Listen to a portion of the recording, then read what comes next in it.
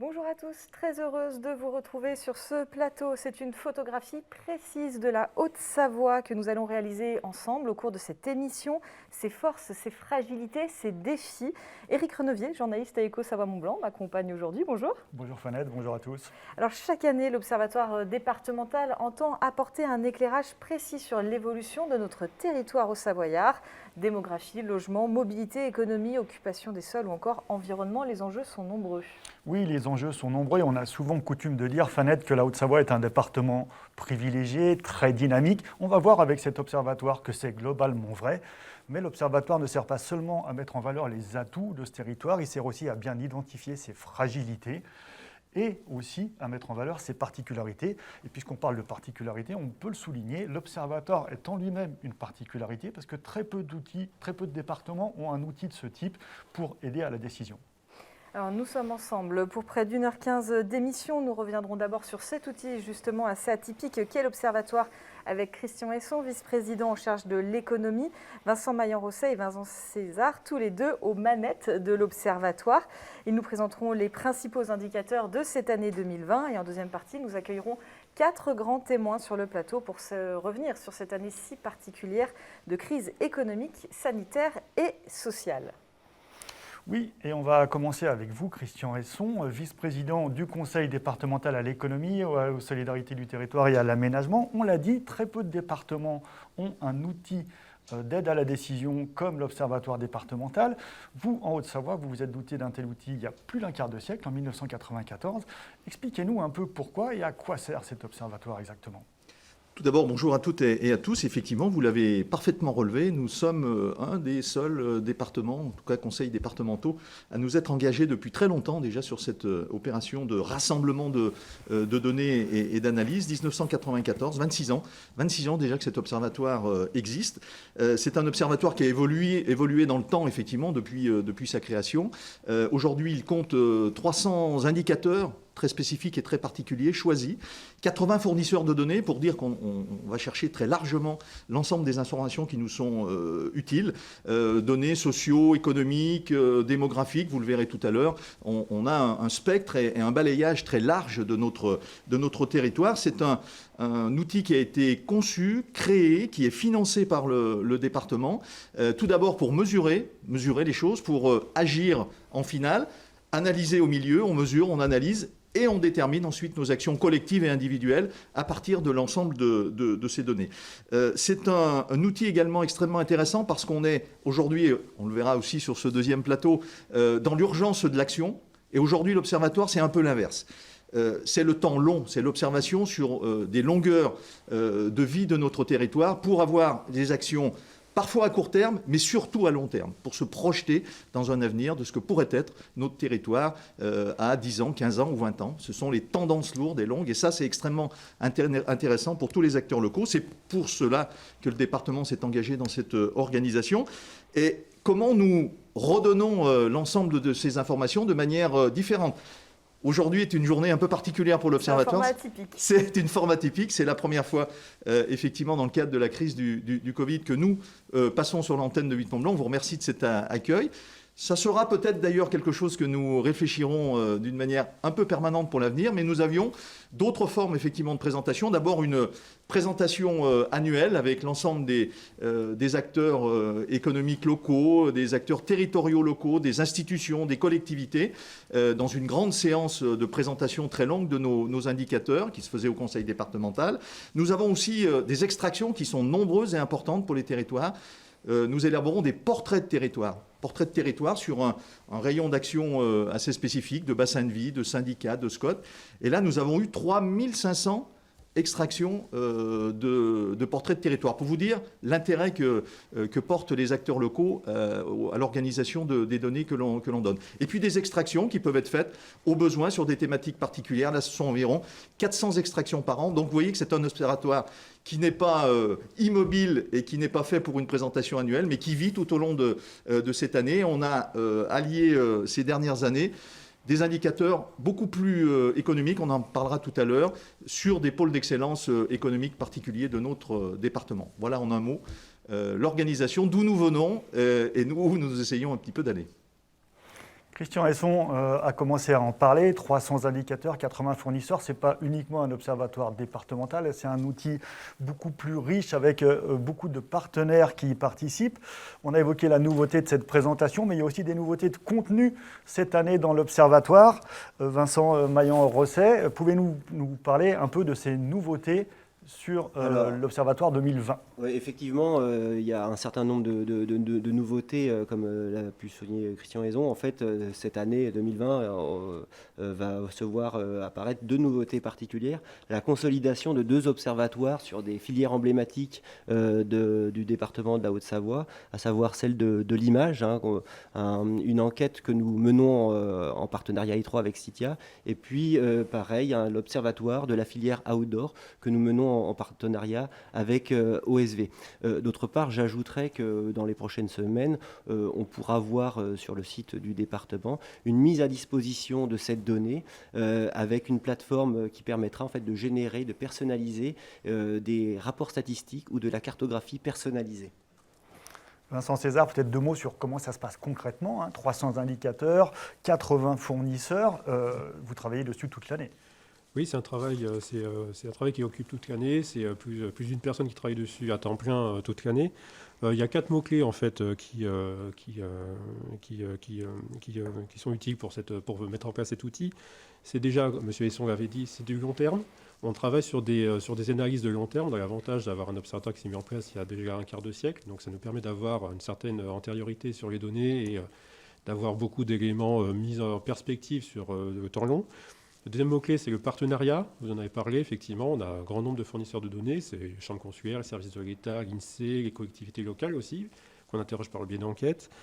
C'est aussi des analyses qui sont faites de façon transversale. Il ne s'agit pas de cloisonner nos analyses, mais vraiment d'avoir une vision le plus transversale possible des tendances pour être au plus proche de la réalité des territoires.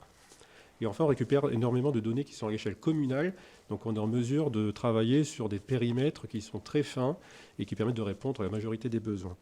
Donc, ça nous permet d'avoir des réponses qui se font à la fois sous forme de cartes, de graphiques, de portraits, d'analyses, de présentations. Donc, on a vraiment un panel extrêmement large de possibilités avec cet outil.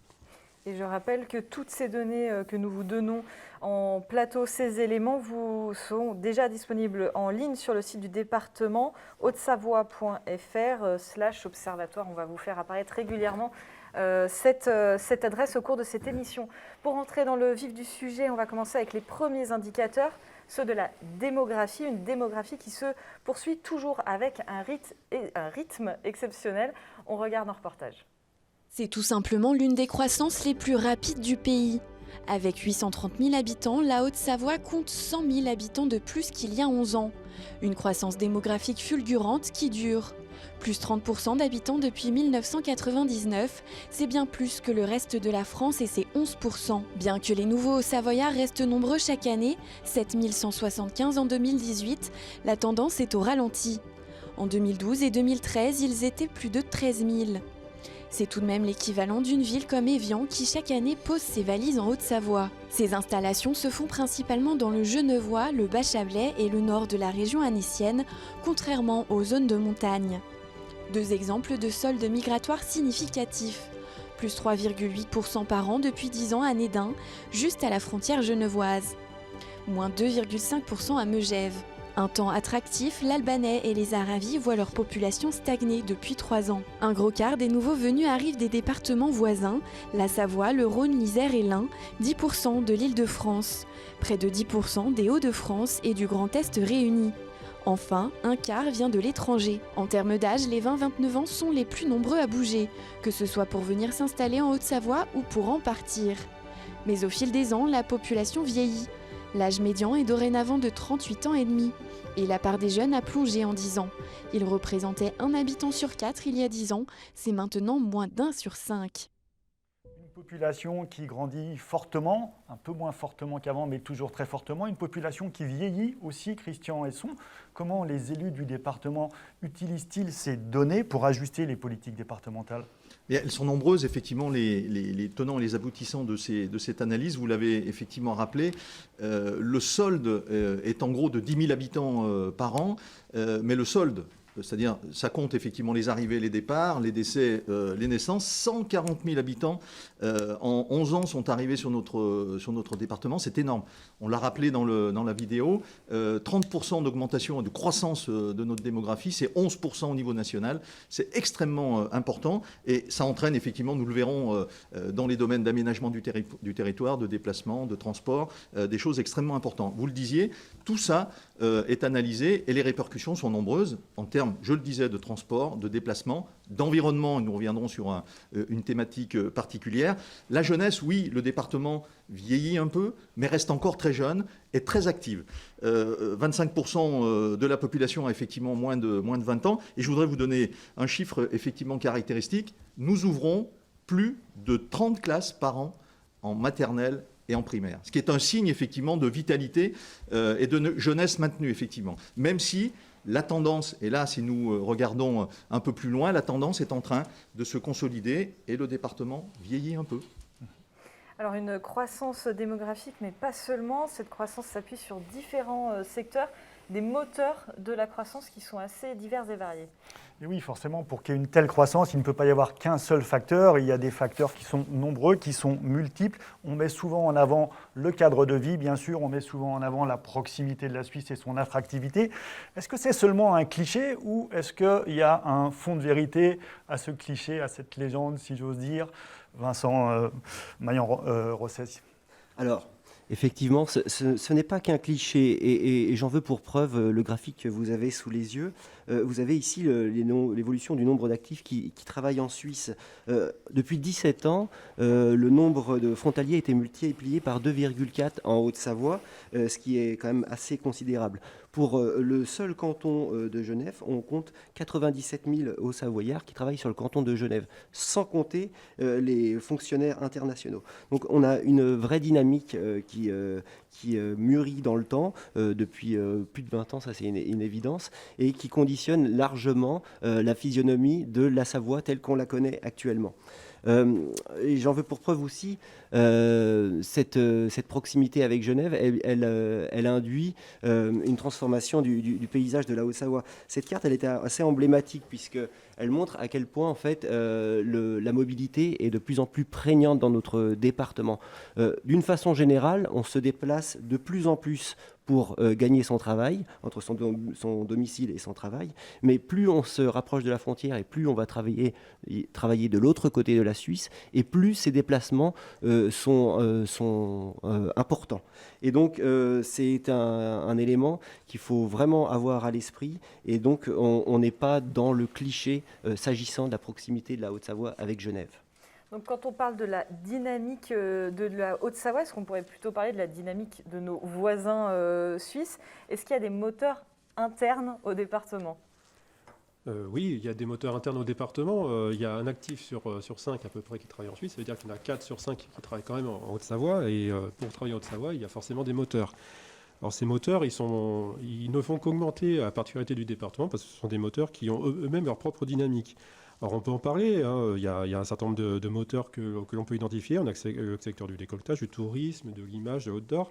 Si on prend par exemple celui du tourisme, on est dans le top 10 des départements les plus touristiques en France. Donc c'est déjà une sacrée performance. Et ce qui est d'autant plus intéressant, c'est qu'on est un département où on accueille des touristes absolument toute l'année, ce qui est vraiment rare au niveau national, à la fois en hiver, à la fois en été et même hors saison.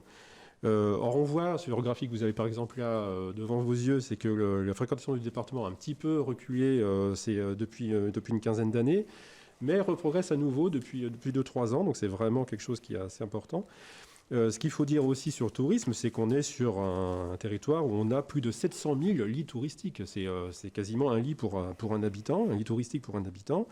Et c'est quasiment 10% de croissance de ce parc de résidence touristique en un an. Donc c'est vraiment considérable. En 10 ans, pardon.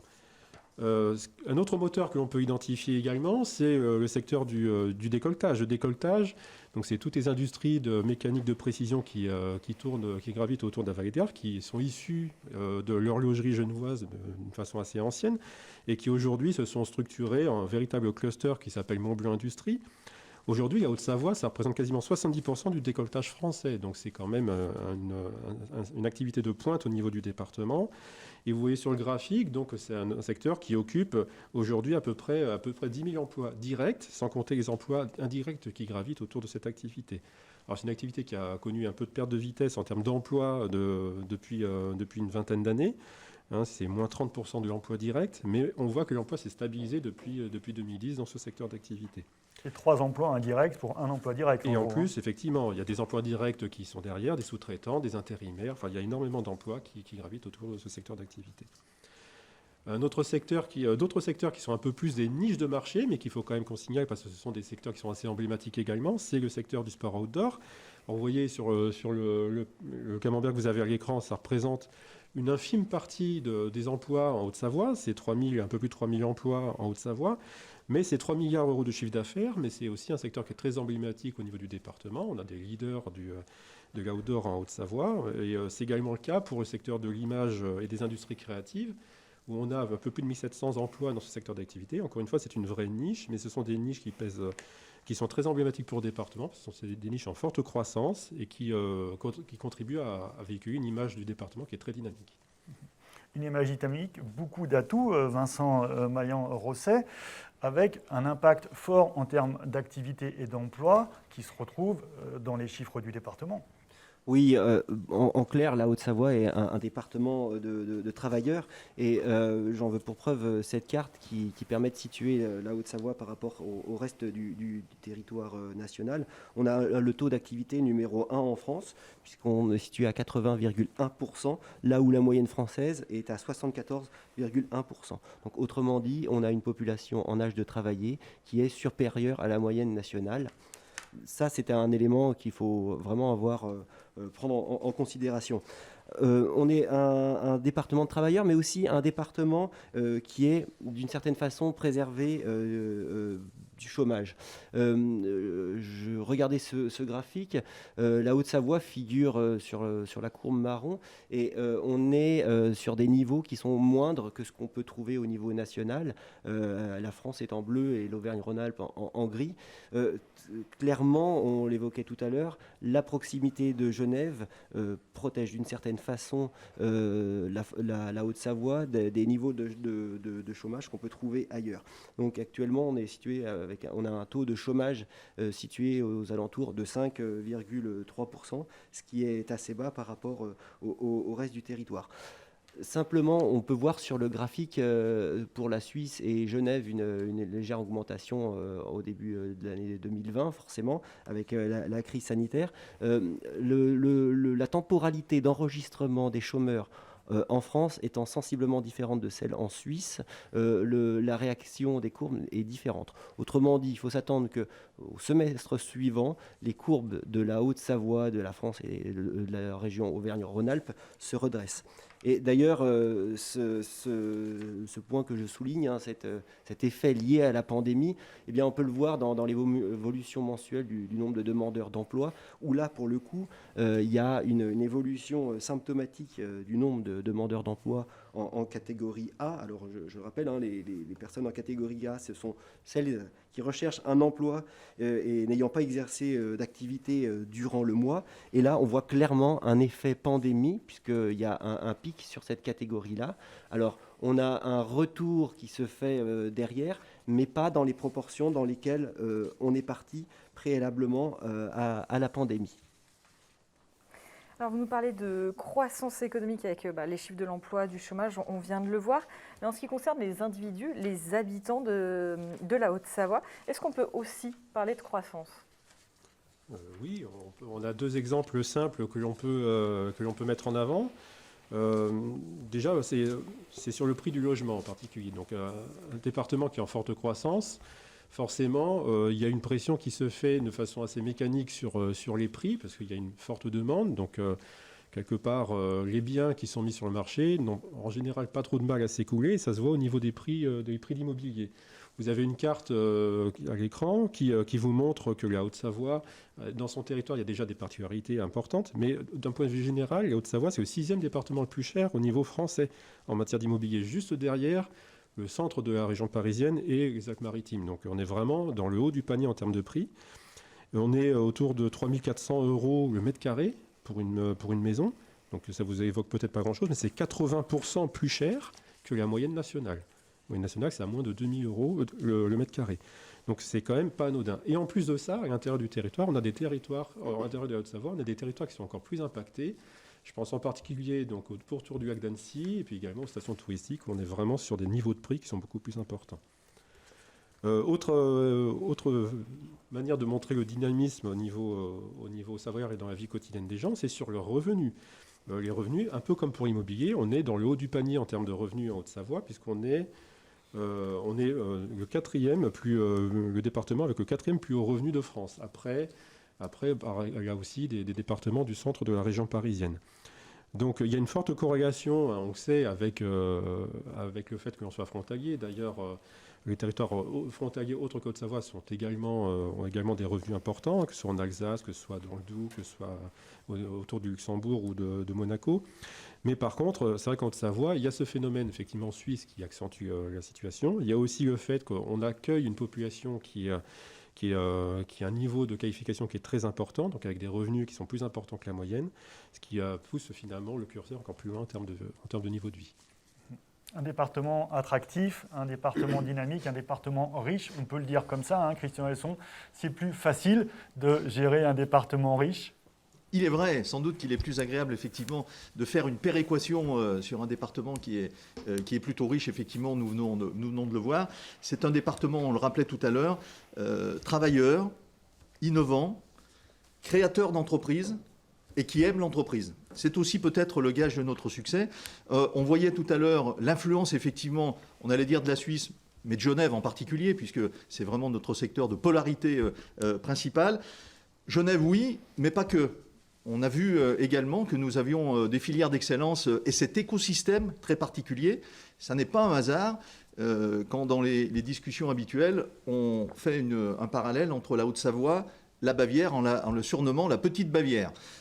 C'est cet écosystème extrêmement particulier où les collectivités d'ailleurs sont très proches de l'activité économique. Il n'y a pas scission, il n'y a pas vision particulière de politique et activité économique. On est dans une symbiose très particulière avec ces filières d'excellence qui nous tirent vers le haut. Et ça, c'est une particularité extrêmement puissante de la Haute-Savoie.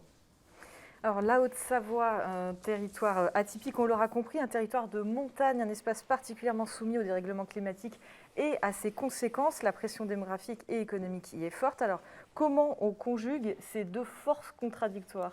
C'est une vraie question, Fanette, parce qu'effectivement, on a d'un côté un très bel environnement, de l'autre côté une très forte croissance, et puis, cerise sur le gâteau, si j'ose dire, mais plutôt négatif, un réchauffement climatique qui n'est pas propre à notre territoire, mais que notre territoire subit aussi. Est-ce qu'il n'y a pas un risque de surchauffe avec cette conjugaison de facteurs, Vincent Maillan-Rosset ? Effectivement, s'agissant du réchauffement climatique, il y a quand même une spécificité aux Alpes du Nord et on peut le voir sur un certain nombre d'indicateurs. On en a sélectionné quelques-uns. On vous avait mis ici l'évolution des masses cumulées de trois glaciers français un petit peu emblématiques. Alors celui d'Argentière, la courbe verte est en Haute-Savoie, mais d'une façon générale, son évolution s'inscrit à l'instar de ce qu'on peut voir ailleurs dans les Alpes du Nord, à savoir qu'on a une diminution considérable de sa masse. Entre 1976 et 2018, le glacier d'Argentière a quand même perdu 36 mètres. Et puis le réchauffement climatique, non seulement il s'applique à la Haute-Savoie, mais il est aussi exacerbé. Entre 1980 et 2019, Chamonix a gagné plus 3 degrés. Donc on est sur des moyennes supérieures à ce qu'on peut voir au niveau national. Et derrière, par-delà ces évolutions, ça induit un niveau d'enneigement qui va fortement diminuer puisque non seulement on a des températures de plus en plus chaudes, on a une diminution des précipitations. Donc ça veut dire qu'on a de moins en moins de neige et une amplitude durant laquelle elle tombe qui est de moins en moins grande. Donc ce qui pose forcément des questions sur l'avenir des stations de moyenne montagne. Et puis, autre élément marquant qui montre qu'on est sur un environnement qui reste pressuré, dans la mesure où on a une consommation d'eau qui sur le territoire qui reste importante. Vous avez ici le bilan hydrique estival à Thonon-les-Bains. En fait, ce graphique il permet de montrer un peu la variation du stock d'eau entre les précipitations et la consommation par le couvert végétal. Et ça permet d'avoir une idée justement de ce stock d'eau et de son évolution. Et on constate clairement que depuis au moins 1995, eh bien, on a une évolution qui va vers un déficit de plus en plus accru, puisque forcément, il y a moins de précipitations, on a des températures de plus en plus importantes. L'agriculture, face à ces bouleversements, est en première ligne. Comment elle y fait face assez rapidement ? Oui, elle est en première ligne. Effectivement, l'agriculture, c'est un secteur d'activité qui est emblématique pour le département, puisque c'est un secteur qui permet d'avoir une ouverture des paysages. Il y a des marques emblématiques, donc c'est un secteur qui compte. Ceci étant, le nombre d'exploitations, il a quand même diminué de 20% entre 2000 et 2018, donc c'est quand même une sacrée perte. Pour autant, on ne peut pas vraiment parler de crise de l'agriculture, c'est plus une réorganisation, une professionnalisation d'activité. Les exploitations se sont regroupées, elles sont moins nombreuses, mais par contre, la surface de chaque exploitation a largement augmenté. Par contre, ça n'a pas empêché d'avoir une diminution de la surface agricole qui est utilisée malgré tout dans le territoire. Ceci étant, c'est plus une rationalisation de la production. C'est le fait qu'on est sur des productions qui sont aujourd'hui de plus en plus labellisées, de mieux en mieux protégées, avec une haute valeur ajoutée qui est apportée aux produits, qui permet finalement à l'agriculture en Haute-Savoie de beaucoup mieux s'en tirer, malgré son côté un peu atypique et de montagne, donc a priori plus vulnérable. Mais par rapport au niveau national, on est vraiment sur une protection qui est beaucoup plus forte et une agriculture qui est quand même très vivace au département. Les moyens de protection, vous les évoquez, on est dans une dynamique très forte, plus d'habitants, plus d'urbanisation, plus de territoires grignotés, plus de trajets, on l'a vu tout à l'heure avec les domiciles-travail. Est-ce que c'est inéluctable, ce toujours plus, Vincent Maillan-Rosset, ou est-ce qu'on a des moyens de corriger et de tempérer ces tendances-là ? Alors non, ce n'est pas vraiment une fatalité, puisque dès lors qu'on a une mobilisation des acteurs publics qui est forte, et puis surtout une évolution des comportements des citoyens, on peut infléchir certaines tendances. Sur le graphique que vous pouvez voir ici, on a une évolution des particules fines sur plusieurs stations, dont celle de Haute-Savoie. On a ciblé 3 qui sont plutôt dans les bleu-violet. Et on constate, quand bien même il y a encore des efforts considérables à conduire, une nette amélioration à partir de 2016 notamment, puisqu'on a une diminution pour ces trois stations sur les particules fines. Quand bien même le niveau d'alerte a été, lui, renforcé. Donc ça veut dire qu'on va quand même dans la bonne direction, quand bien même aussi on a une population qui augmente. Donc ça veut dire qu'il y a des efforts qui seront considérables, qui sont sans doute encore insuffisants, mais qui sont considérables. Et puis, d'une façon générale, c'est qu'on a une optimisation d'un certain nombre de politiques. Et je pense que, par exemple, sur la protection des espaces naturels, il y a aussi un certain nombre de choses qui ont été faites qu'il faut souligner. Par exemple, sur les espaces naturels en Haute-Savoie, il faut savoir que les espaces naturels occupent 53% du territoire en Haute-Savoie. Eh bien, en 1955, on n'avait que 1,1% de ce territoire qui faisait l'objet d'une protection environnementale. En 2018, il y a 8,7% de ce territoire qui fait l'objet d'une protection spécifique. Donc là aussi, on peut le voir sur le graphique, les différentes possibilités de protéger les espaces, eh bien, elles montrent qu'on a des leviers pour agir sur la protection de l'environnement. Et puis j'ajouterais également en matière de consommation d'eau, quand bien même la population de la Haute-Savoie a augmenté, eh bien, la consommation par habitant a diminué. On est passé ainsi de 125 mètres cubes en 1997 à 93 mètres cubes en moyenne en 2018. Et puis, c'est la même chose en matière d'énergie, puisque quand bien même la population a augmenté, par exemple, entre 90 et 97 de 40%, eh bien, la consommation d'énergie n'a augmenté, elle, que de 16%. Donc, ce qui montre bien que, quand bien même la population augmente, on se tend vers davantage de sobriété. Christian Hesson, si on veut résumer ça d'une formule un peu choc, on est dans une cocotte minute, mais on a des moyens de la refroidir, d'éviter l'ébullition, y compris au niveau de la pollution de l'air, y compris au niveau des transports.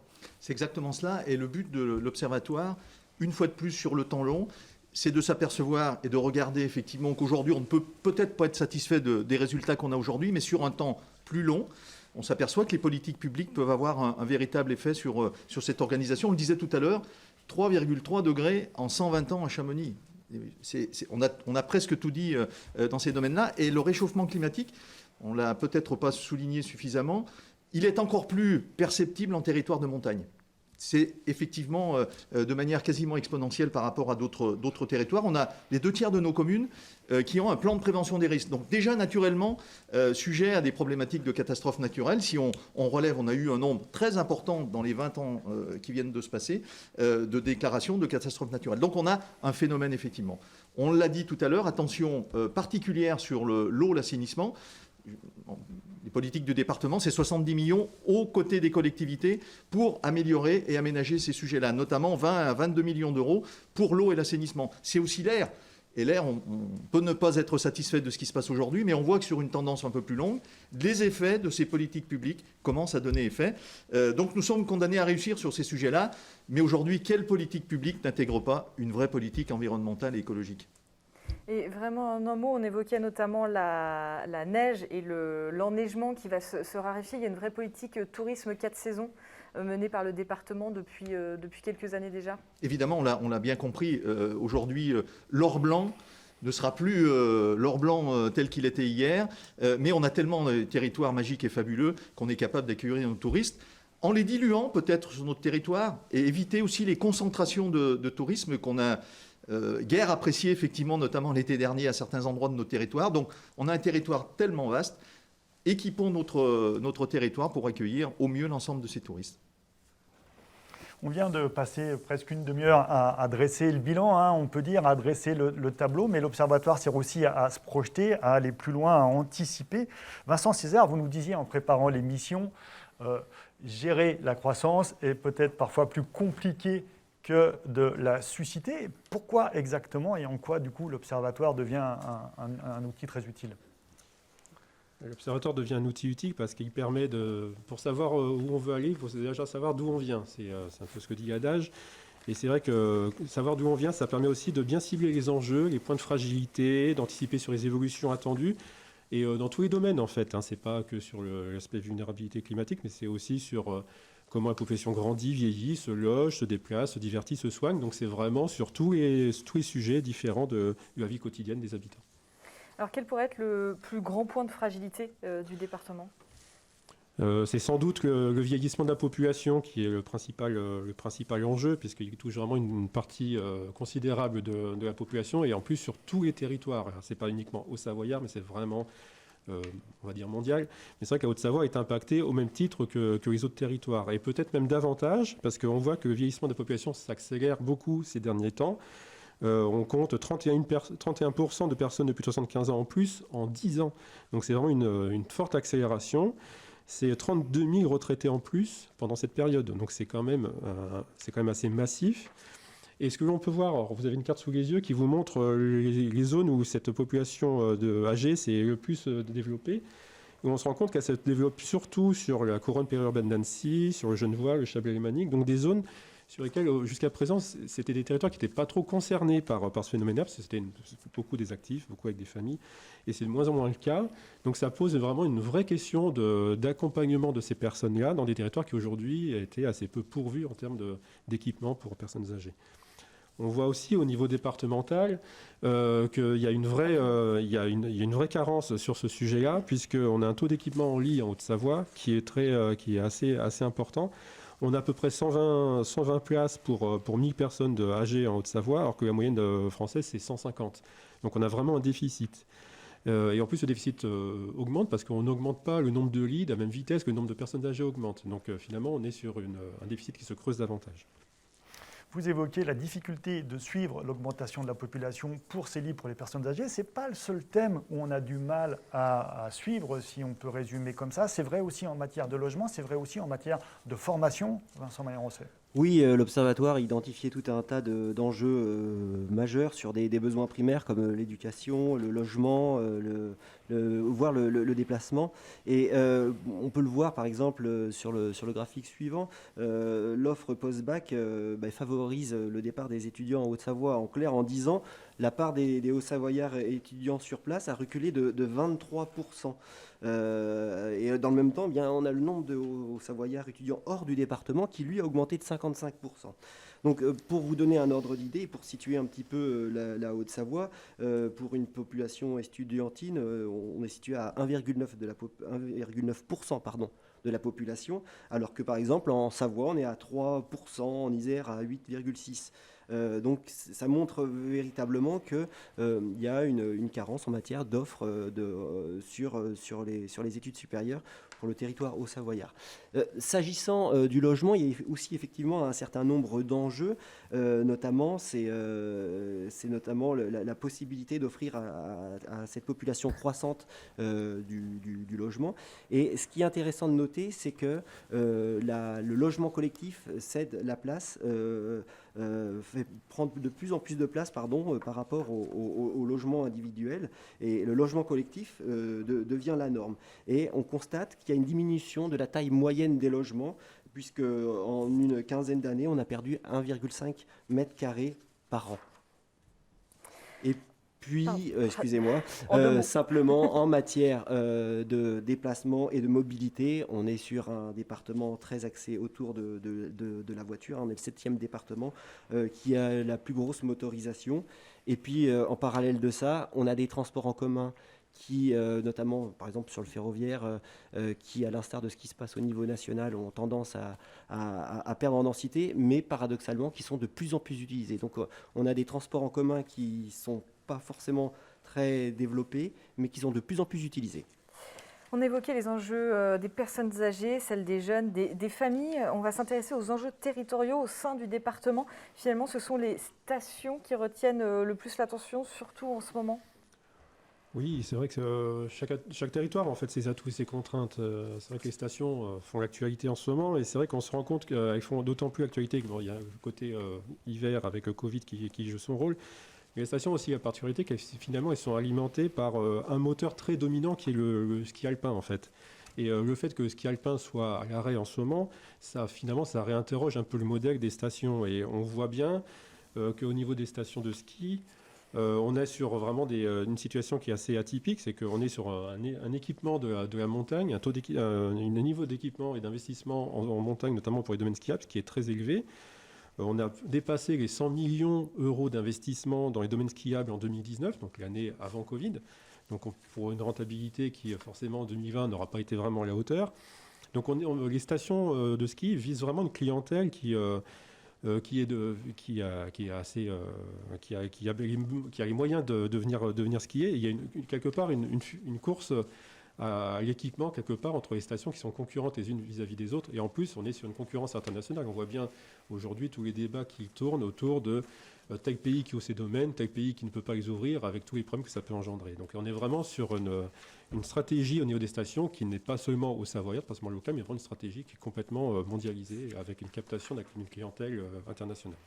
Vous dites pas seulement au Savoyard, c'est même pire, c'est presque qu'il y a quasiment plus la place pour la population locale, si on veut être caricatural. C'est un peu ça, parce que finalement, on se rend compte qu'on est sur des niveaux en station qui atteignent des sommets en termes d'investissement, mais qui ont des répercussions importantes pour la population locale. Puisque finalement, on se rend compte aujourd'hui en Haute-Savoie, les territoires les moins dynamiques d'un point de vue démographique, j'entends, ce sont les stations de ski. Elles perdent de la population. Megève a perdu quasiment la moitié de sa population depuis le début des années 80, ce qui est vraiment considérable. Alors c'est un cas extrême, mais on voit que toutes les stations sont impactées par ce ralentissement. Et on voit aussi au niveau des prix des stations qui atteignent vraiment des sommets. On peut atteindre jusqu'à quasiment 10 000 euros le mètre carré à Megève sur les maisons. Alors qu'à Rumilly, pour prendre votre commune, Monsieur Hesson, on est sur un niveau de prix qui est 4 fois inférieur à ce niveau-là. Donc on est vraiment sur une situation complètement hors marché qui pénalise beaucoup la population locale. Fragilité dans les stations, fragilité réelle, mais Vincent Maillan-Rosset, est-ce que la plus grosse fragilité du département, elle ne réside pas finalement encore une fois à côté, c'est-à-dire en Suisse? Qu'est-ce qui se passe s'il y a un énorme choc en Suisse? Quelles répercussions pour notre territoire? Alors, plus que de fragilité, je parlerais plutôt de dépendance réciproque, hein. La carte que vous avez sous les yeux montre à quel point, en fait, la Haute-Savoie est articulée autour de la frontière avec Genève.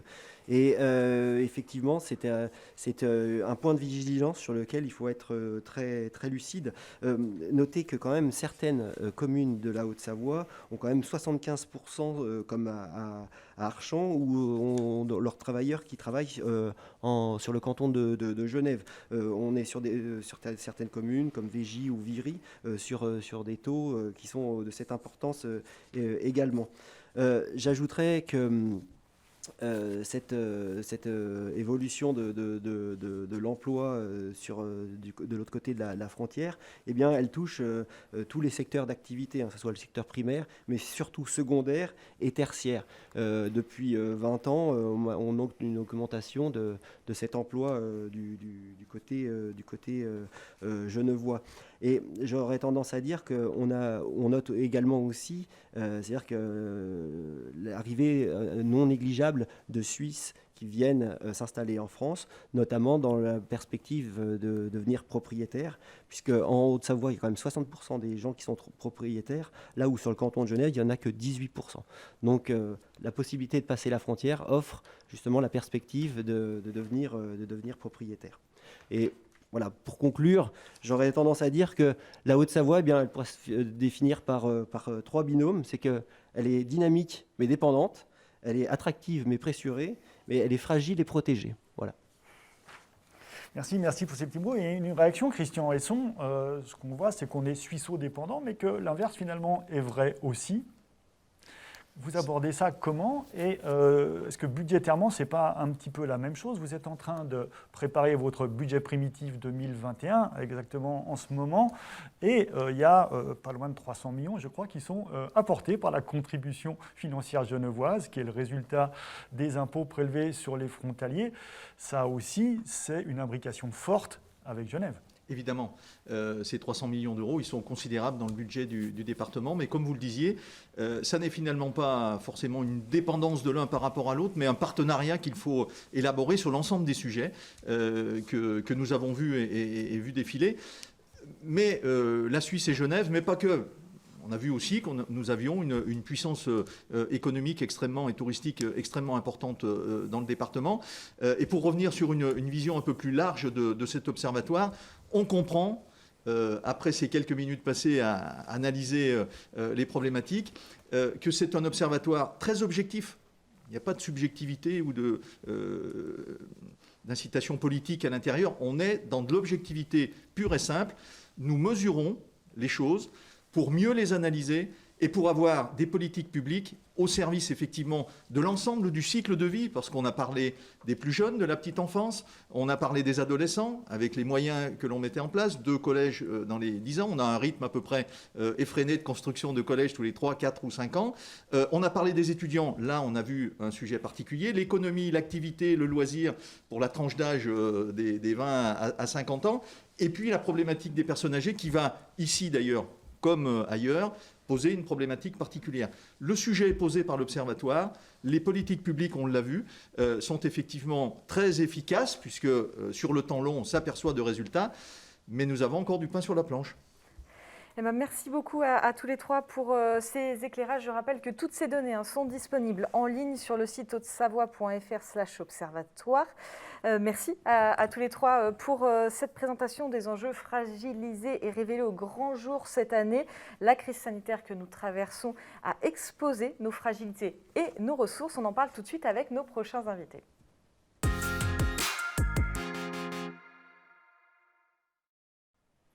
Comment la Haute-Savoie a-t-elle vécu cette année éprouvante? Avec nous pour en parler, Christian Montaille, président du département de la Haute-Savoie. Bonjour. Luc Rollet, directeur départemental de l'ARS. Lionel Brunet, directeur de la Banque de France Haute-Savoie. Et Roland Raymond, docteur en sociologie. et responsable du master sociologie et sciences sociales appliquées au métier des études et de l'enquête à l'université Savoie-Mont-Blanc. Merci à tous les quatre de votre présence sur ce plateau. Avant d'entendre vos témoignages, petit point de situation sur le département avec ce reportage. La Haute-Savoie, terre de contraste face à la Covid-19. Alors que 2 des premiers clusters de France avaient été détectés dans le département, la Haute-Savoie avait été finalement moins touchée que la moyenne nationale lors de la première vague. A l'inverse, elle l'a été davantage lors de la deuxième, beaucoup plus virulente ici, avec un taux d'incidence qui a atteint les 1170 cas positifs pour 100 000 habitants, l'un des records nationaux. Pourtant, même au plus fort de cette deuxième vague, le taux d'hospitalisation des personnes atteintes est resté 18% en dessous de la moyenne nationale. On déplorait toutefois plus de 700 morts en Haute-Savoie mi-novembre, la moitié à l'hôpital, l'autre en EHPAD. Avec un taux de mortalité cette fois-ci nettement supérieur à la moyenne nationale, 8,5 décès pour 10 000 habitants contre 6,8 pour le reste de la France. Un chiffre d'autant plus étonnant qu'habituellement le département affiche un taux de mortalité globale bien en dessous de la moyenne française. La chute du nombre de lits dans les établissements de santé, moins 16,2% entre 2000 et 2018, combinée à la hausse de la population, a provoqué un sous-équipement. Il n'y a que 5 lits d'hospitalisation complète pour 1000 habitants en Haute-Savoie, contre 6 en moyenne en France comme en Auvergne-Rhône-Alpes. S'ajoute à cela une pénurie de personnel soignant que la proximité de la Suisse amplifie. Ce n'est pourtant pas forcément à l'hôpital qu'il faut aller chercher la principale explication du lourd bilan de la deuxième vague en Haute-Savoie. Car la surmortalité semble plus nette du côté des EHPAD et des établissements médico-sociaux. Près d'un décès Covid sur 2 a eu lieu dans ces établissements dans le département contre moins d'1 sur 3 en moyenne nationale. Mais la crise de la Covid n'a pas seulement un tragique bilan humain. Ses répercussions sont aussi très fortes au niveau économique, à commencer par les domaines skiables qui souffrent d'une baisse estimée de 50 millions d'euros du chiffre d'affaires. 4 millions de nuitées ont été perdues dans les stations haut-savoyardes l'hiver dernier. C'est un quart des nuitées habituelles. 10% de la population haut-savoyarde s'est volatilisée dans les jours qui suivirent le début du confinement. Mais si 118 000 personnes ont quitté précipitamment le département lors du premier confinement, les stations n'ont pas été les seules à voir leur fréquentation baisser. Toutes activités confondues, 8 entreprises sur 10 ont déclaré une activité en baisse sur le premier semestre par rapport au dernier de l'année 2019. 7 sur 10 ont fermé pendant le premier confinement, alors que la moitié seulement y était contrainte par la loi. Plus de 18 000 sociétés ont sollicité l'activité partielle pour 168 500 salariés, soit 75% de la population salariée privée du département. Quelques points positifs toutefois à retenir de cette période inédite. Pour l'environnement notamment, le trafic aérien a baissé à l'aéroport de Genève de 99% sur les mois d'avril et mai 2020. Le réseau autoroutier ATMB a noté également une baisse du trafic de 75% sur la période de confinement par rapport à l'an dernier. Enfin, le jour du dépassement mondial, c'est-à-dire le jour dans une année où les capacités en ressources écologiques de notre planète ont été atteintes, a reculé de 3 semaines et demie par rapport à 2019. Éric, pour commencer, on va s'intéresser à l'organisation de cette crise. Oui, avant d'évoquer les bilans économiques, environnementaux ou sanitaires, on va voir en fait comment a réagi notre département face à l'ampleur d'une crise qui a été très forte. Luc Rollet, directeur de l'ARS. L'ARS, c'est l'Agence régionale de santé, directeur départemental de l'ARS en Haute-Savoie. Comment est organisé notre système de santé? Comment il s'est structuré face à cette crise d'une ampleur totalement inédite? Merci, bonjour à tous. Alors, je vais parler d'abord de chiffres régionaux, puisqu'en fait, l'Agence régionale de santé a bien pour fonction de piloter et de réguler l'ensemble du système de santé sur la région, pour le coup, parce qu'on parle bien d'une agence régionale de santé. Aussi, permettez-moi de vous donner quelques chiffres. La région, qu'est-ce que c'est? C'est 2600 pharmacies, c'est 470 établissements de santé, publics et privés. C'est aussi 2300 établissements médico-sociaux et c'est 130 000 professionnels de santé. Donc quand dans le reportage, effectivement, on estime un manque de place, un manque de lits sur un département, je crois qu'il faut prendre de la hauteur, et on l'a bien vu durant cette crise. Globalement, la crise n'a pas été gérée à un niveau départemental. Elle est allée beaucoup plus loin, vous le savez, puisqu'en fait, on a élargi largement le nombre de lits et la gestion de ces lits s'est faite au niveau régional. Et qui plus est, on est même allé au-delà de notre région, puisqu'on a opéré des transferts au niveau d'autres régions qui ont accueilli des personnes. Ensuite, je souhaiterais juste également remercier et vraiment faire un point, une focale particulière sur les personnels, les professionnels de santé qui ont travaillé d'arrache-pied. Et là, il nous faut citer tout le monde parce que je crois qu'au niveau départemental, mais aussi plus largement au niveau régional, on a bien senti que tous les professionnels de santé, que ce soit le monde libéral, que ce soit le monde public ou privé, dans les établissements, les EHPAD évidemment, mais il faut aussi parler des établissements recevant des patients en situation de handicap. Tout ça devait travailler ensemble. Et on a vraiment senti un élan de tous ces acteurs de santé. La crise a débuté le 8 février pour notre département, effectivement, et il a fallu... Les contamines Montjoie, bien sûr. Il a fallu dès lors d'abord découvrir ce qui se passait et puis réagir immédiatement. Et la réaction, elle a vraiment été immédiate puisque les contamines, 3 jours plus tard, on ne savait pas vraiment ce qu'était ce virus et pourtant un dépistage était déjà engagé in situ dans une salle des fêtes des contamines Montjoie avec l'appui du monde hospitalier et l'appui du monde de l'État, bien sûr, mais aussi du conseil départemental. Tout le monde était déjà, dès les premiers jours, tout le monde était présent sur le terrain et pour répondre à une crise qui était naissante. L'Agence régionale de santé, pour répondre à votre question, a décidé de s'articuler autour de 8 territoires où on a demandé à l'établissement pivot du CH d'Annecy de coordonner l'action des différents établissements sanitaires et médico-sociaux également, de manière à ce qu'il y ait une cohésion, mais aussi une certaine logique dans la démarche, dans le cadre de cette gestion. C'est ce qui a été fait. Mais il fallait aussi déprogrammer, cette déprogrammation, vous en avez entendu parler. Pourquoi déprogrammer? Pour justement avoir une masse de personnel suffisante pour armer ce qu'il nous fallait armer en lits justement supplémentaires. Quand on parle d'ouverture de lits, elle est très liée à cette déprogrammation. Absolument, parce que ouvrir des lits, si on en a la capacité d'un point de vue infrastructure, il faut bien évidemment avoir une ressource en personnel formé, bien évidemment, et par conséquent, il fallait libérer autant les lits que le personnel, bien évidemment. La médecine de ville a joué un rôle primordial également dans cette gestion de crise. Il faut vraiment leur tirer un coup de chapeau remarquable parce que là aussi, la cohésion s'est faite immédiatement sans même qu'on ait besoin de leur faire appel. Des laboratoires, souvenez-vous, le 1er mars, un laboratoire qui pratiquaient les RT-PCR au niveau régional, je parle bien, 350 plus tard, avec 220 000 tests RT-PCR diligentés par semaine, dont 20 000 pratiquement pour le département. Donc là, je pense qu'ensuite, il fallait penser au contact tracing. Le contact tracing a été échelonné sur 3 niveaux. Le premier niveau, les professionnels de santé libéraux. Le deuxième niveau, la CPAM. Et le troisième niveau, l'Agence régionale de santé, sur les plus gros signalements et les plus gros clusters. Donc, je pense que vraiment, ce qu'il faut souligner aujourd'hui, c'est que le département, autant qu'au niveau régional, le département a joué un rôle primordial dans cette gestion de crise. Et je crois que tous les acteurs se sont rassemblés pour gérer au mieux une crise qui, jour après jour, nous obligeait à découvrir les choses. Il y a un sujet justement où vous avez travaillé ensemble, c'était le cas déjà avant Covid, ça vous a certainement d'ailleurs aidé, c'est celui des EHPAD, on le voyait dans le reportage, ça a été un vrai sujet, ça l'est encore au cœur de cette crise. Il y a la question du manque de place, mais au-delà de ça, il y a surtout la question du personnel, et ça, vous y êtes tous les deux confrontés, Christian Monteil et Luc Rollet. Christian Monteil, allez-y. Pardon. Allez-y, Monsieur le Président.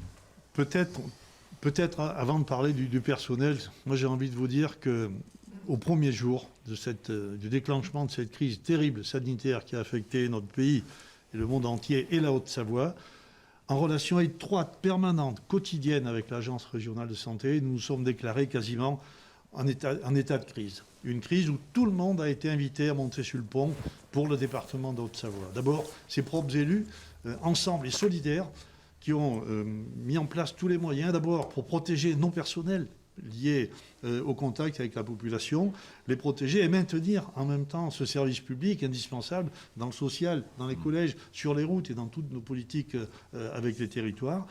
Nous avons répondu au premier jour à la demande des hôpitaux qui, du jour au lendemain, étaient démunis en matière de respirateurs. 700 000 € déclenchés sous 48 heures quasiment au secours de celles et ceux qui souffraient. Respirateurs livrés un peu plus tard qui sont aujourd'hui malheureusement bien utilisés. Et puis tout le travail avec l'ARS, le dépistage en relation avec les pompiers, je rends hommage aux pompiers, services départementaux d'incendie et de secours, l'achat massif de masques, l'ARS servant les EHPAD, et c'était bigrement utile. Nous sommes allés plutôt, nous, au plus près du territoire. C'est notre ADN aussi, pour les services de soins à domicile, dans les établissements, pour l'enfance, pour le handicap. Nous avons reconnu nos personnels avec une prime. La vie est chère en Haute-Savoie, et quand le mal s'abat sur vous, nous avons mis une prime particulière pour nos personnels, mais aussi pour les services à domicile, pour les établissements médico-sociaux. Nous avons organisé le télétravail du jour au lendemain, et ça sera probablement l'une des conclusions, un laboratoire pour mieux faire demain sur le télétravail. Ouais. Enfin, le partenariat avec les collectivités que Christian Esson évoquait tout à l'heure sur les thèmes du développement et de l'aménagement du territoire, nous l'avons mis en place. Aider les collectivités, les petites, les moyennes, les grandes, aider les centres de vacances, aider les associations sportives, culturelles, le sport de haut niveau, les petites entreprises. Nous avons été obligés de nous battre pour affecter des crédits aux chefs d'entreprise qui souffraient, qui n'étaient pas payés. Sur ces aspects économiques. Que nous avons gagné, près de 3000 personnes ont été aidées. Nous sommes allés avec la région Auvergne-Rhône-Alpes au plus près des entreprises également. Je peux vous dire une chose, ces 9 derniers mois, il ne sera pas passé un seul jour sans que tous ensemble, les conseillers départementaux de Haute-Savoie et les partenaires qui sont autour de la table et dans la nature, aient porté une part de ce lourd fardeau pour notre département. On vous a entendu, Christian Monteil, très convaincu dans cette réaction face à la crise. Par rapport aux EHPAD, on a vu en première partie de l'émission qu'il y avait encore une sous-dotation de lits par rapport à la population, tout simplement parce qu'il y a une population qui augmente trop vite, alors qu'il y a eu plus 40% de lits médicalisés pour les personnes âgées en 20 ans sur le département. On se retrouve en grosse sous-dotation. On ne peut rien faire quand la situation est aussi disproportionnée. C'est une partie qui se joue à deux, l'ARS et les collectivités, et les porteurs de projets, que sont les établissements hospitaliers ou les collectivités locales. Et le troisième larron, c'est le département. Ce troisième larron, il s'est invité historiquement pour apporter un financement important, 20% dans la construction, dans les investissements de tous les EHPAD, dès lors que les lits sont autorisés par le gouvernement, par l'ARS et par le gouvernement, c'est une politique nationale. Dès lors que ces lits sont autorisés, on construit.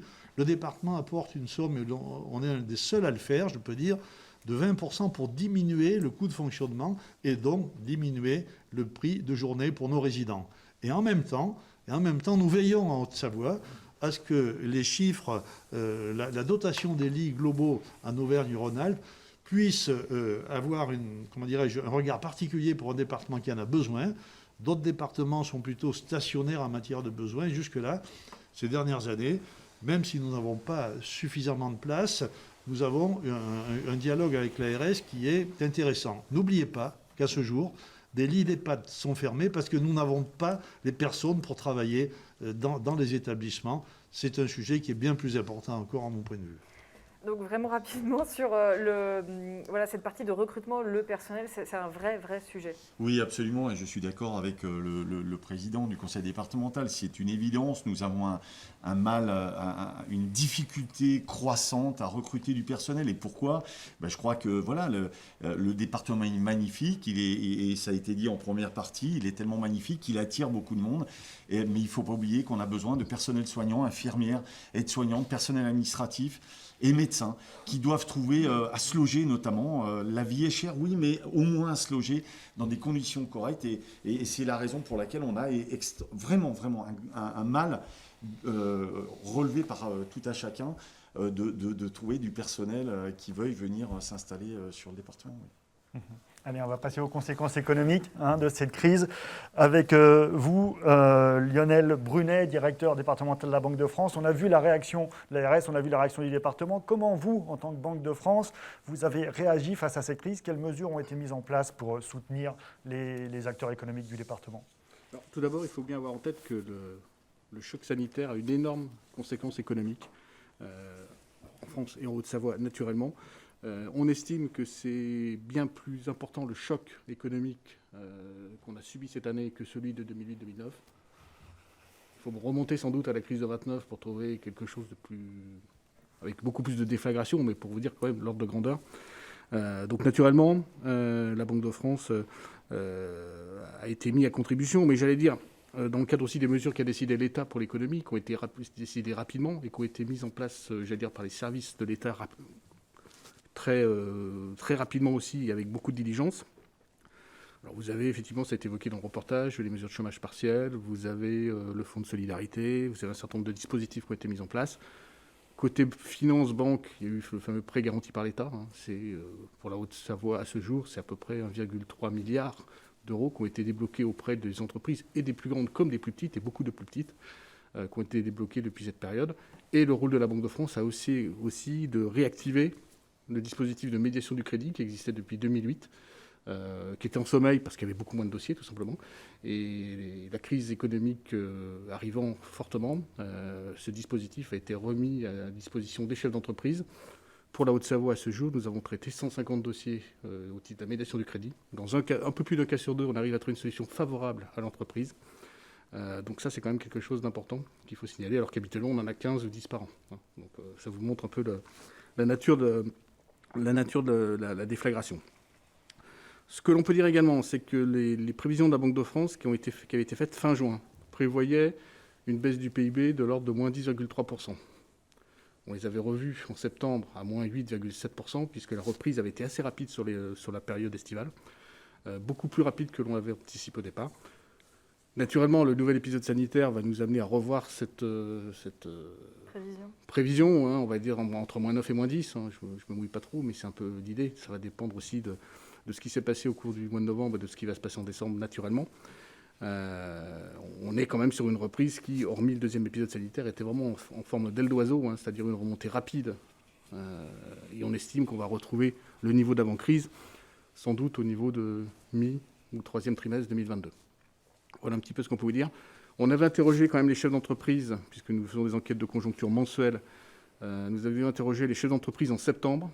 Alors en septembre, effectivement, il y a eu d'autres épisodes par la suite, donc peut-être que ce que l'on peut ressortir de ce sondage n'est peut-être plus d'actualité, mais à l'époque, 50% des chefs d'entreprise interrogés, là je parle même de la région Aura, donc la Haute-Savoie était tout à fait dans cette tendance, estimaient qu'au cours de l'année 2020, ils auraient récupéré leur niveau d'avant-crise. Je ne vous cache pas qu'on va voir maintenant, les choses ont peut-être un peu changé, mais pour dire qu'il y avait un certain optimisme à la reprise de ce côté-là.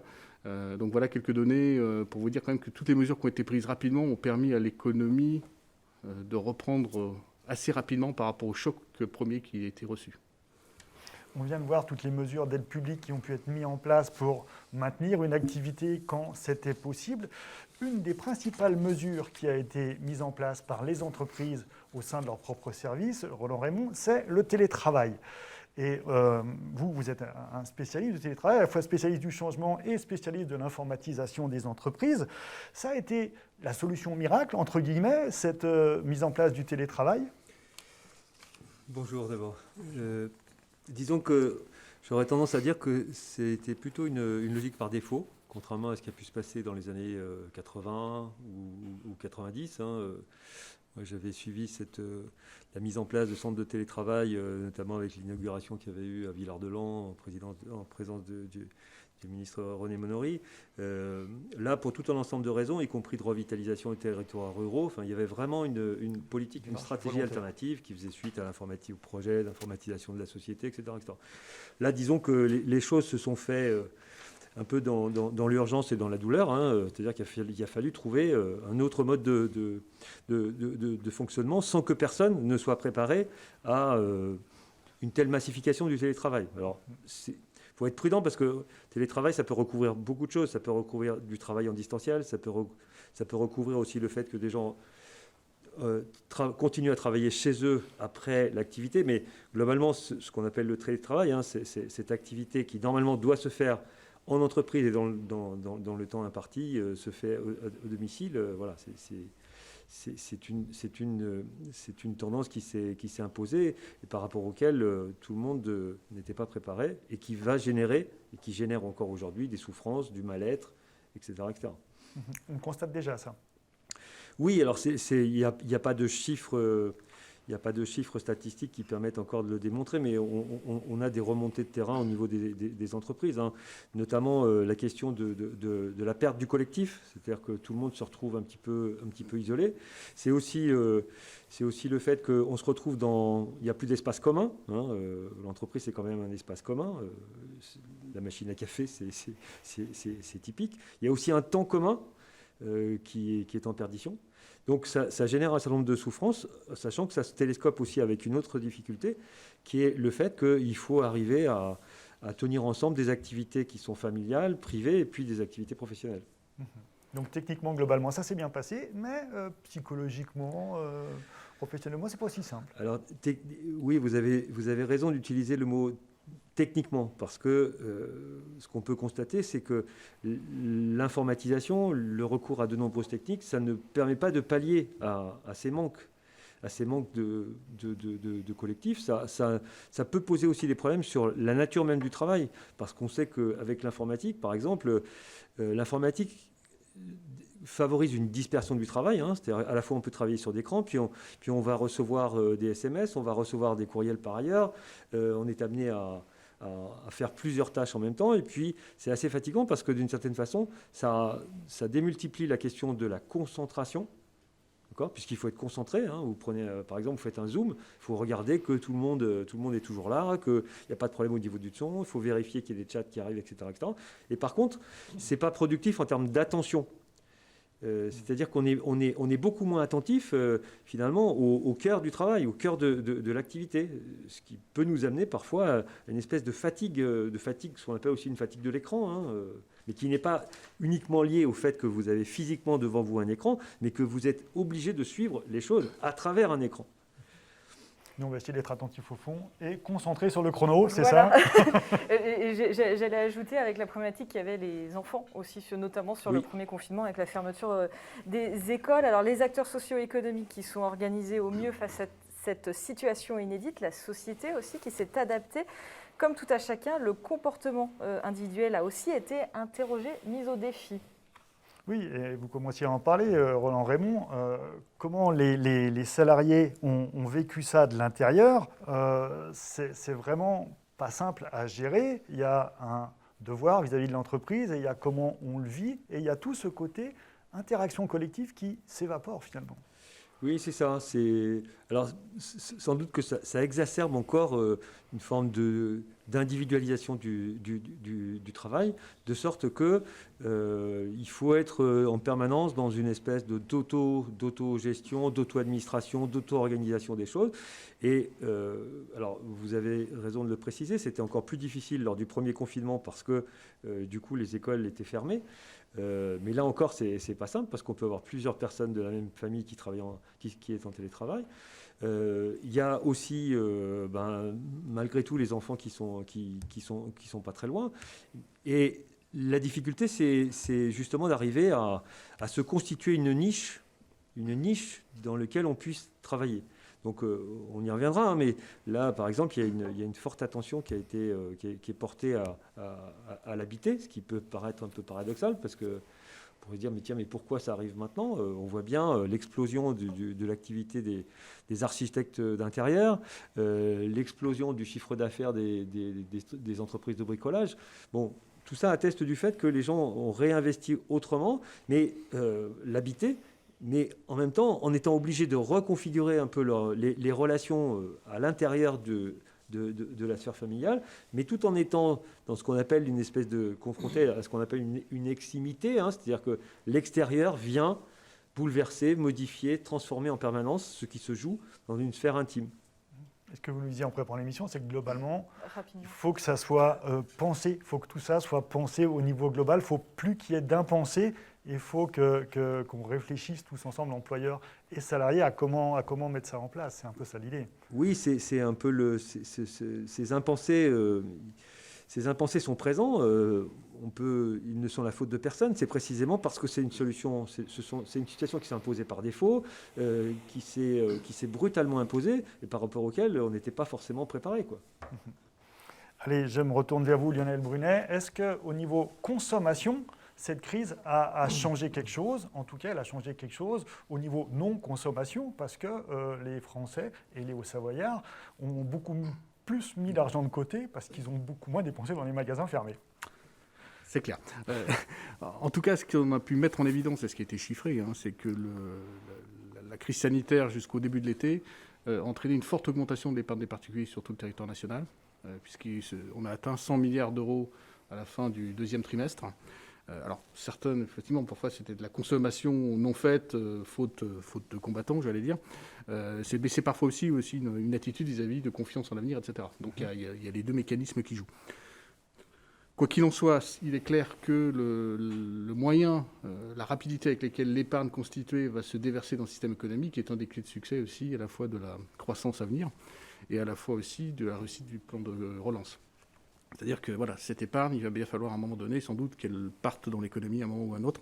Et donc c'est tout l'enjeu de comment faire pour que cette épargne excédentaire, entre guillemets, revienne dans l'économie. En termes de consommation, ce que l'on peut constater quand même, quand on regarde les paiements faits par carte bleue, c'est qu'à partir de la première semaine de juillet, on a retrouvé des taux de consommation à peu près adaptés ou légèrement supérieurs à la tendance longue période. Donc pendant l'été, la croissance a repris de la consommation, voilà. Mais toujours avec cet élément en tête que globalement l'épargne a beaucoup augmenté. Je donnerai un autre indicateur aussi qui est intéressant puisque la Banque de France est aussi un acteur dans ce domaine-là. Nous traitons les situations de surendettement des particuliers. Il faut savoir que sur la Haute-Savoie, mais la Haute-Savoie n'est pas atypique non plus du reste de la France, mais sur la Haute-Savoie en tout cas, quand on prend les 10 premiers mois 2020 que l'on compare aux 10 premiers mois 2019, nous avons une baisse de 30% des dossiers déposés à nos guichets, alors que nous avons été ouverts aussi pendant les périodes de confinement pour que les gens viennent déposer le dossier. Donc ça veut dire que de ce point de vue-là, au moment où je vous parle, sans préjuger de l'avenir, en tout cas, cet indicateur-là est relativement bien maîtrisé. Il n'y a pas de dégradation de la situation des ménages sur ce thème-là. D'un point de vue sanitaire, Luc Rollet, est-ce que le public s'est adapté à vivre avec le virus? Est-ce que globalement les choses rentrent plus globalement dans l'ordre? Est-ce qu'on peut s'habituer à un système comme ça, à un phénomène de ce type? Alors s'habituer, je ne sais pas. Mais en tout état de cause, ce qu'on constate, c'est qu'une fois de plus, au niveau régional, en première vague, nous avons su accueillir environ 3000 patients, alors qu'en deuxième vague, c'était 7000 personnes qu'il fallait accueillir, et nous les avons accueillis sans heurts et sans difficulté, si ce n'est une tension et une pression forte, c'est évident. Aujourd'hui, les chiffres sont à la baisse, on le constate. Toutefois, il faut bien être conscient que les hôpitaux, les établissements médico-sociaux, le monde libéral sont encore sous pression, puisque nous le savons tous, il y a un décalage dans le temps lié à cette crise. Et par conséquent, il ne faut absolument pas relâcher les efforts qui sont les nôtres. Il faut rester très vigilant et conscient que tout cela peut repartir. Nous savons, et nous l'avons analysé, les Français, et notamment les Hauts-Savoyards, ont su respecter les mesures barrières. Toutefois, ce que nous constatons, autant l'assurance maladie que nous-mêmes au sein de l'Agence régionale de santé, les facteurs aggravants sont des réunions familiales importantes, sans masque bien évidemment, mais aussi les repas pris en commun au sein des entreprises qui, pendant toute la journée, vont porter le masque, notamment dans les bureaux. Et puis au moment du café, on parlait du télétravail, mais pour les personnes qui sont en présentiel, le moment du café, le moment du repas peuvent être vraiment une grande difficulté. Et puis on a un état psychologique des soignants qui est aujourd'hui à vraiment avoir à l'œil, c'est le cas de le dire. Donc tout ce que je peux dire en conclusion de tout ça, c'est qu'il faut maintenir cet effort, un effort de toutes et de tous. Et puis il serait vraiment dommage qu'à l'issue des fêtes, on constate qu'on a peut-être à nouveau une remontée des signaux faibles de cette maladie, et surtout qu'on se rendra compte qu'on a peut-être contaminé notre propre famille. Par conséquent, il faut vraiment être conscient de ce danger-là. Voilà. J'aborde le sujet qui fait actualité, puisque vous parlez des fêtes. Il y a la question des stations qui interroge le comportement individuel, parce que là, à l'approche des fêtes et des vacances de Noël, beaucoup de gens ont envie d'aller faire du ski, beaucoup de gens ont envie de travailler dans les remontées. Vous êtes monté au créneau à plusieurs reprises là-dessus, Christian Monteil. Oui. En 30 secondes, cependant, un petit mot sur les personnels du département qui ont vécu cette crise avec les inquiétudes qui étaient les nôtres, qui ont été demandeurs de protection pour eux, mais également pour les publics, je l'évoquais il y a quelques instants. Ce télétravail qu'on vient d'évoquer, forme de laboratoire duquel nous allons extraire un retour d'expérience pour construire à l'avenir la norme du télétravail pensée pour tout le monde.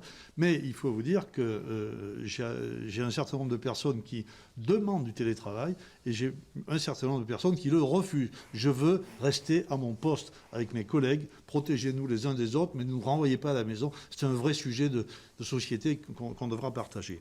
Oui, le département de Haute-Savoie, en relation avec le département de la Savoie, de l'Isère et avec la région Auvergne-Rhône-Alpes, est monté au créneau sur le fonctionnement des stations. On a eu quelques difficultés, quelques déclarations du Premier ministre, du Président de la République, et nous n'avons pas obtenu les réponses que nous souhaitions. Pour ma part, en tant que président du département de Haute-Savoie, je considère que les stations sont essentiellement des stations villages. Nous y vivons, nous y travaillons, nous y habitons avec nos voisins, avec le boulanger, avec le mécanicien, avec le maçon et avec les gens qui viennent faire du ski une fois par an pendant une période donnée. La plupart de ces stations sont munies de remontées mécaniques qui ont été déclarées fermées. Toutes les remontées mécaniques fermées, nous ne comprenons pas que l'on puisse les traiter de la même façon. Il y a des remontées de mécaniques aériennes, des tire-fesses. A priori, c'est une personne et pas deux. Les remontées aériennes sont à étudier également. Il doit y avoir des protocoles possibles. Et comme nous n'avons pas de réponse, comme la saison de Noël est complètement plombée, pardonnez-moi l'expression, dans ces stations, nous avons envie d'arracher quelque chose pour qu'on continue à survivre en respect du Crollet, en respect, avec le plus grand respect de ces deux courbes qui sont la courbe des hospitalisations et la courbe de personnes en réanimation. Nous ne sommes pas inconscients. Nous avons un grand respect pour les gens qui travaillent dans les hôpitaux. Il nous semble qu'un réglage peut être fait. Et de la même façon qu'on a remis en question la fréquentation des lieux de culte sur le principe qu'on ne peut pas avoir la même réglementation pour une chapelle dans un village et pour une cathédrale, nous demandons à ce que le Conseil d'État nous éclaire pour savoir si on peut discuter ou pas dans les jours qui viennent avec le Premier ministre. Le rendez-vous est pris le 10 décembre prochain sur un dispositif qui sera un peu moins vertical, avec la volonté et l'envie de discuter avec les préfets, par exemple, de ce sujet. Voilà, donc nous sommes ouverts. Ce n'est pas une rébellion. Je ne vais pas manifester dans la rue, mais je considère qu'il y a une procédure qui nous permettra peut-être d'avoir une éclaircie. Les professionnels s'en chargent. Il y a pas mal de manifestations en ce moment dans les stations. Il y aura forcément dans tous les secteurs un avant et un après Covid. Alors à quoi ressemblera la société de demain? La population sera-t-elle marquée à long terme par ces mois de crise? C'est effectivement une question que l'on peut se poser, même si c'était encore tôt. Là, on est début décembre. La tension existe encore, hein, vous l'avez dit, Luc Rollet, chez les soignants et les hôpitaux. Est-ce que déjà, vous l'avez déjà un petit peu évoqué, mais on peut déjà tirer quelques leçons de ces 10 mois? Des leçons, je crois que c'est une forte adaptation et je crois que dans les pires scénarios d'exercice, on n'aurait jamais imaginé une telle situation. Ce que je peux en tirer moi pour la Haute-Savoie, vraiment, c'est l'effort de chacun, c'est la coordination, c'est un pilotage qui nous a permis aussi dans la communication, grâce aux services de l'État, la préfecture a été très présente à nos côtés également, et l'Agence régionale de santé a joué un rôle qui s'est révélé difficile, c'est vrai, mais moins difficile que tous nos soignants qui ont été confrontés quand même à cette situation à laquelle personne ne s'attendait. Et puis, il faut penser aussi aux malades, et il faut penser à toutes ces personnes qui sont encore en souffrance aujourd'hui. Par conséquent, pensons à un vaccin qui arrivera bientôt, parce que je crois que la seule porte aujourd'hui et la seule issue, c'est vraiment une vaccination massive, parce que cette vaccination aidera justement à éviter que au moins les personnes sensibles ne soient à nouveau touchées, parce qu'on l'a trop constaté, et vous avez tout à l'heure souligné le nombre de décès, mais aussi les gens qui souffrent encore dans leur chair, quelques mois après avoir contracté ce virus, qui souffrent encore dans leur chair. Donc vraiment, je crois que le mot d'ordre aujourd'hui, c'est la vaccination. Il faut en parler, il faut la décrire, il faut rassurer la population, mais en tout état de cause, c'est le véritable outil de demain. Est-ce qu'on est mieux armé, à votre avis, pour une troisième vague, pour une autre crise de ce type ? Alors, vraisemblablement, vous portez un masque et moi aussi aujourd'hui. Je crois que la population, aujourd'hui, on voyait la population asiatique souvent porter des masques. Nous n'y étions pas du tout habitués. Je crois que la grippe, et vous le constatez, on ne parle pas beaucoup de la grippe aujourd'hui. Et oui, et je me souviens d'un médecin avec vous, madame, qui nous disait « Ah, la grippe va souffrir cette année parce que le port du masque va l'empêcher d'arriver. » Je ne sais pas, elle arrivera certainement. Mais en tout état de cause, voilà.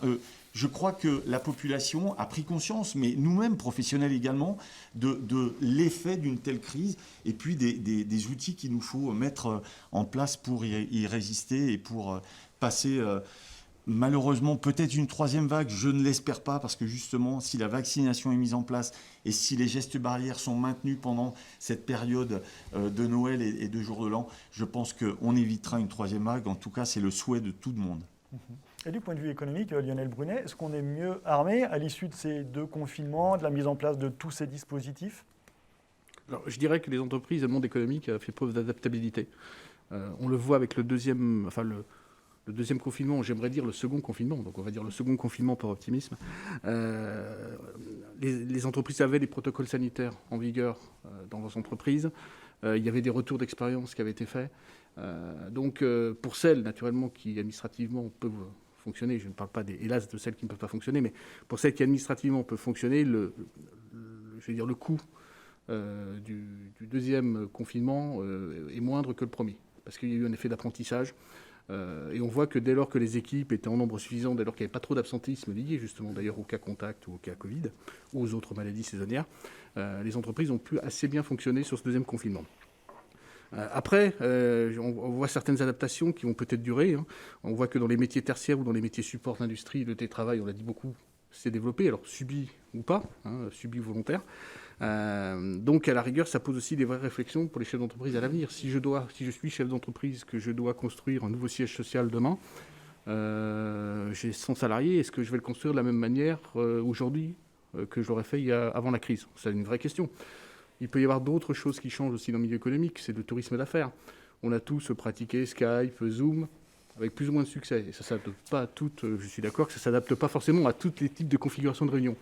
Mais entre aller faire une réunion de 3 heures à Paris avec, vous savez, le trajet qu'il faut, et effectivement partir la veille, revenir le lendemain parfois, et puis faire cette réunion en direct, même si ce n'est pas les mêmes avantages, il peut y avoir sur le tourisme d'affaires aussi certaines choses qui peuvent évoluer par rapport à ça. Mais pour l'instant, il est beaucoup trop tôt pour avoir une vision sur l'évolution de ce type de comportement.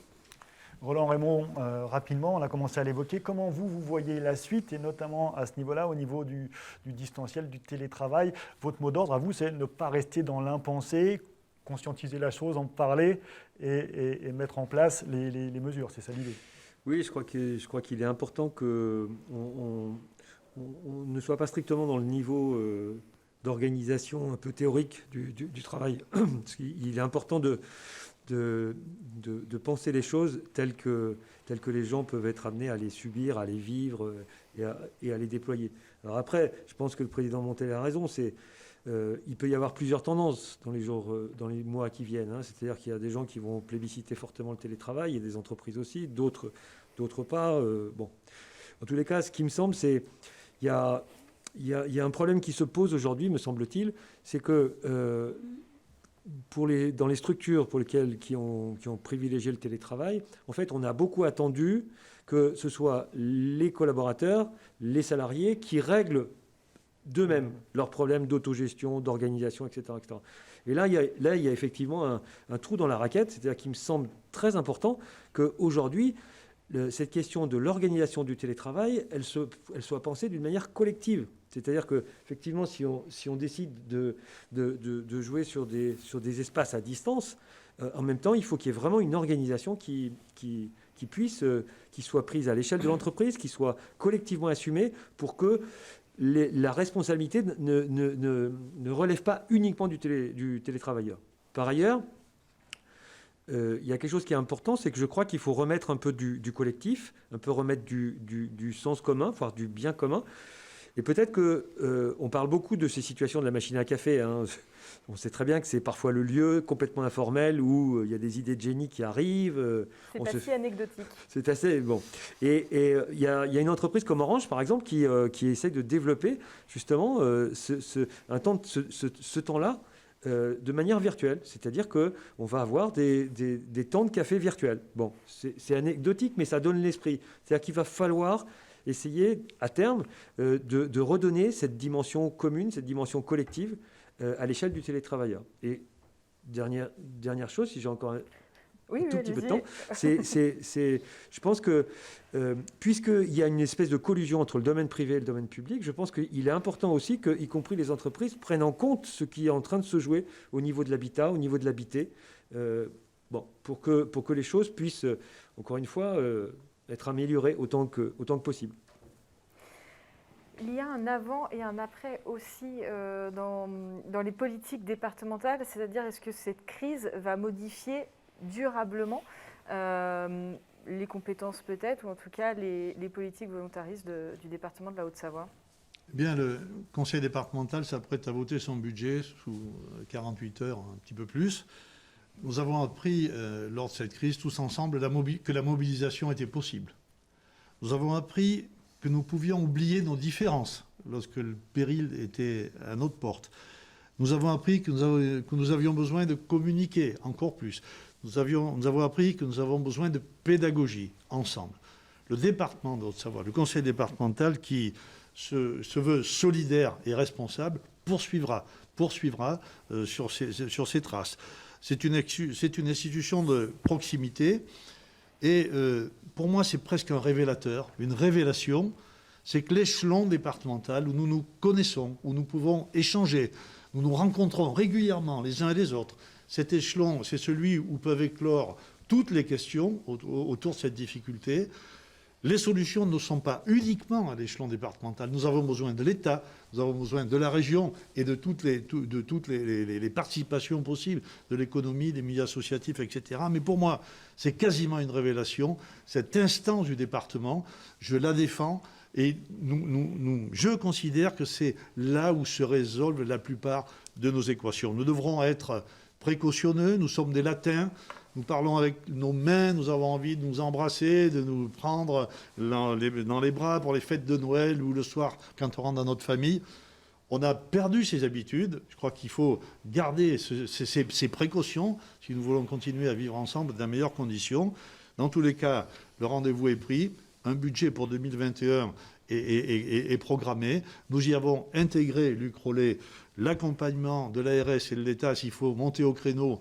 Toujours tous sur le pont pour la phase de vaccination. J'y crois personnellement et nous saurons nous retrouver pour ce sujet-là et pour d'autres si certains arrivaient à surgir. Maintenant, s'il fallait dire simplement un mot, et je n'ai pas la prétention de conclure, mais j'ai envie de rester optimiste. Optimiste, on a été capable de se mobiliser, de travailler ensemble, de donner du sens à notre action. Aujourd'hui, il y a des gens qui manifestent pour travailler. C'est quand même formidable. On manifeste pour avoir du travail dans ce territoire. Soyons optimistes. La Haute-Savoie a un développement qui est extrêmement important. On l'a vu dans la présentation de l'Observatoire. Cet Observatoire, il est fait pour porter à connaissance, pour donner toutes ces informations qui étaient protégées à une époque, qui étaient jalousement classées dans des dossiers confidentiels. Non, on a envie de faire connaître à tout le monde nos forces, nos faiblesses, et de trouver la solidarité nécessaire pour continuer à avancer. Puis un mot très rapide, parce qu'on sait que c'est un thème qui vous est cher. Cette crise, elle a des ramifications dans ses conséquences à tous les niveaux, sanitaires, économiques, social, environnemental, etc.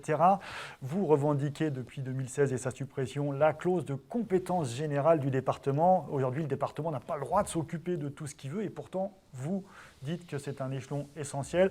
Plus que jamais, pour vous, cette clause de compétence générale, vous la revendiquez ? On la revendique, on veut s'évader de la loi NOTRe, nouvelle organisation des territoires de la République. On veut s'évader de cette loi. C'est la demande générale des départements dans le pays. Certains auront plus de facilité financière à intervenir que d'autres. Nous avons une capacité encore à agir en Haute-Savoie qui repose sur l'économie, sur le développement, sur la productivité des territoires. Et nous aimerions la renvoyer davantage encore vers l'entreprise, vers l'économie, vers la recherche, vers l'innovation, vers la Haute-Savoie de demain. Vouloir s'évader après 2 confinements, on vous comprend d'autant mieux, Christian Monteil. Merci beaucoup à tous les 4. Je vous rappelle que vous pouvez d'ores et déjà retrouver toutes les données et infos qu'on a pu évoquer au cours de cette émission dans l'Observatoire qui est en ligne sur le site hautesavoie.fr/observatoire. C'est la fin de cette émission. Un grand merci aux équipes qui ont aidé à la préparation et à la réalisation de cette émission. Merci Eric de m'avoir accompagné. Merci à vous. Et merci de nous avoir suivis. Merci de votre fidélité. À bientôt sur 8 Mont Blanc.